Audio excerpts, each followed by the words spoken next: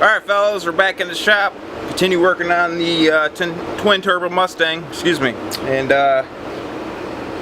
what I'm going to do next is I'm going to finish up the fuel line back here. I was waiting on one fitting and it came in the mail today. That's this guy right here.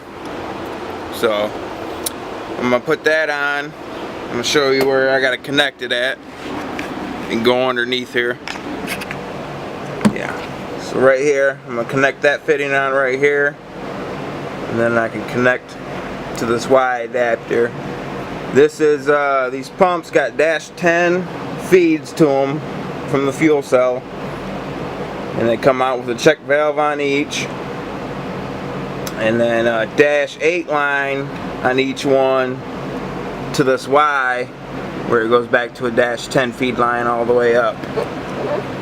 And that runs all the way up to the car. There's a 10 micron filter right there, reusable, rewashable one for E85.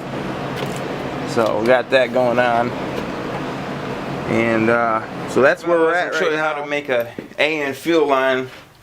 This is PTFE Teflon lined line, so you got to use the special fittings for this particular type of hose. It has a Teflon liner inside to help keep from getting that gas smell from ethanol and all that type of crap that will seep through just standard hose. But so basically, wherever you want to cut it off, you want to wrap it with tape to keep it from fraying. Otherwise, you cut through it, it's going to fray up and you'll never get the fitting on. But here's the fitting. Here's just, you know, the female end that will screw onto my Y. Then it has a collet that will go on the line. And then it has the back cap that will slide over. But you want to take this portion of it, the open portion, and slide it over your hose before you start cutting, because it'll be a pain in the ass when it's frayed out a little bit to try to get this over it. So do it now while you can. And a lot of times it's going to be a pain in the ass, but just got to work it over. So slide that back on their hose, keep it out of the way.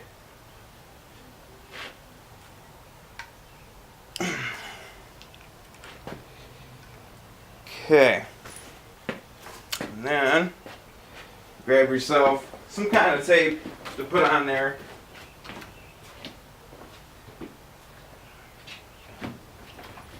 Like I said, to keep it from fraying. I just got some electrical tape here that I'll use.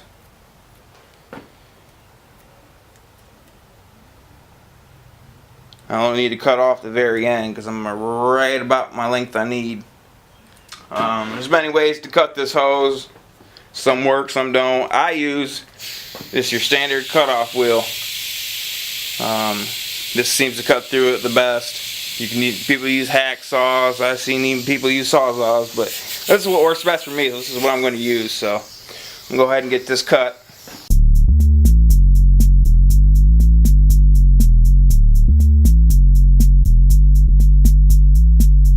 And that's that. Cuts through it real easy, so that's the way I like to do it. So once you got it cut, you can go ahead and peel off what's left of the tape you got on there, and it leaves a, you know, a nice clean end that's not all frayed out. Some hoses, you know, if you got a one manufacturer of hose and another manufacturer of a fitting, sometimes, you know, the clearances aren't exactly perfect for that particular hose or that particular fitting, so you got to fight with them to get them on sometimes. So, and this one's one of them. Doesn't want to slide down very much. Take a nice sharp razor blade, because this has got some kind of sheath on the outside like a plastic. Then it's nylon braided on the inside, and then once I get it cut down, I'll show you it's got a Teflon inner lining. So I just I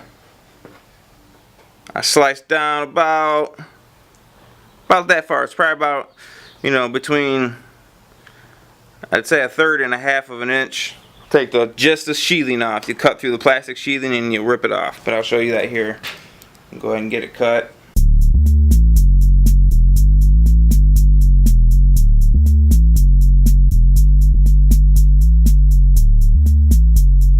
And then what I do So I come back to wherever I made the vertical slit at, if I can see it. Yeah, right there. And I just kind of work my razor blade under it to pop it free. Get me a little edge like that to grab. Once I got a little edge, go ahead and start peeling it off. If you cut it good, it should come right off. So then you're left with that. The sheathing's gone. Now you got your steel braid. Underneath the steel braid is what we're after, and that's the Teflon or nylon. Teflon is actually a brand name registered to DuPont. So if DuPont ain't selling it or isn't registered and allowing people to use their name, they got to call it Teflon, or excuse me, they got to call it PTFE. But they're the same thing. PTFE and Teflon, same exact thing. So what I do is I take a small screwdriver and I go in between the layers here of the nylon braid and the Teflon, stick it in between them and pull back. What I'm basically doing is I'm wanting to fray back or peel back the nylon layer. So that's what I'm going to do here.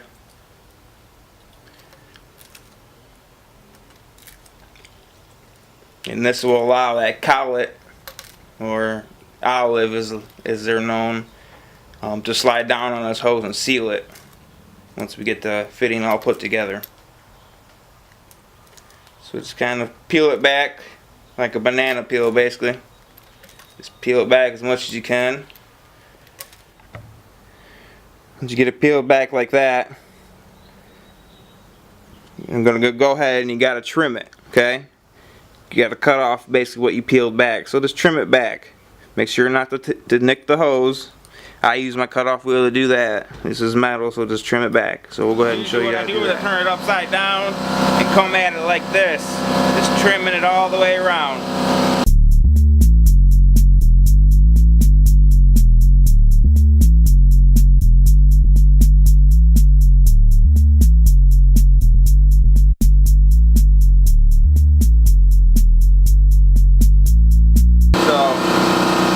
Take your collet and fit it on there, and if it isn't quite deep enough, you have to trim a little more. But I can already see I'm going to have to go a little bit deeper. It's not quite deep enough. So I'll just grab my screwdriver again and start peeling it back like a banana again, so we can get a little more off of there.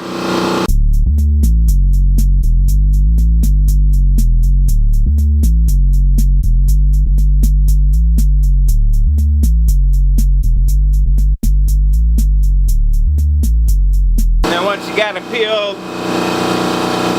down like that, that reveals your Teflon inner lining, which is what this is. So what you'll do, you'll take your collet, make sure the end of your hose is nice and flat. Mine looks like I got to trim just a hair.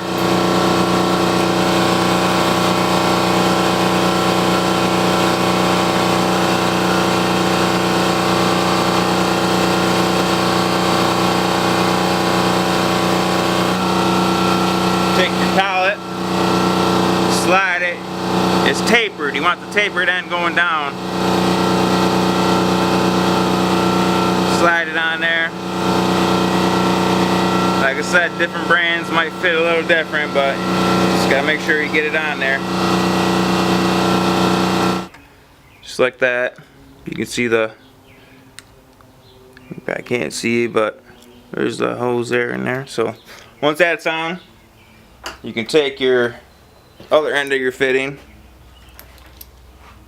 and slide it into the hose. Now this can be a bear on some hose. Some hoses slide right in, others not so much. Alright, then when you got the hose pushed in there, you slide the collar up and you start to screw it on.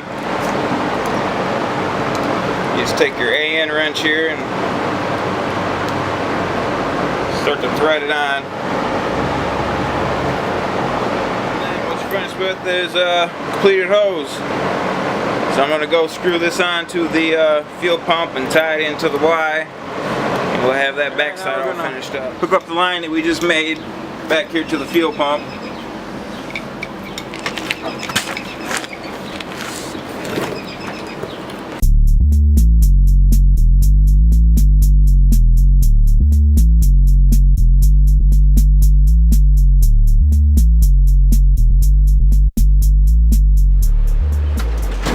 got the old man, he's putting the rear strange single adjustable rear shocks on it, and then the quad shock. You got a Gabriel unit for that. But this is a strange unit here. S6004LM for 94 and up Mustangs. Except Cobras. Cobras use a different one, but that's this. Go ahead and open this up.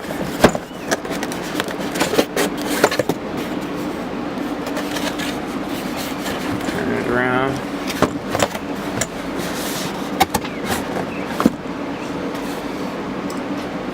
Let's see what we got here.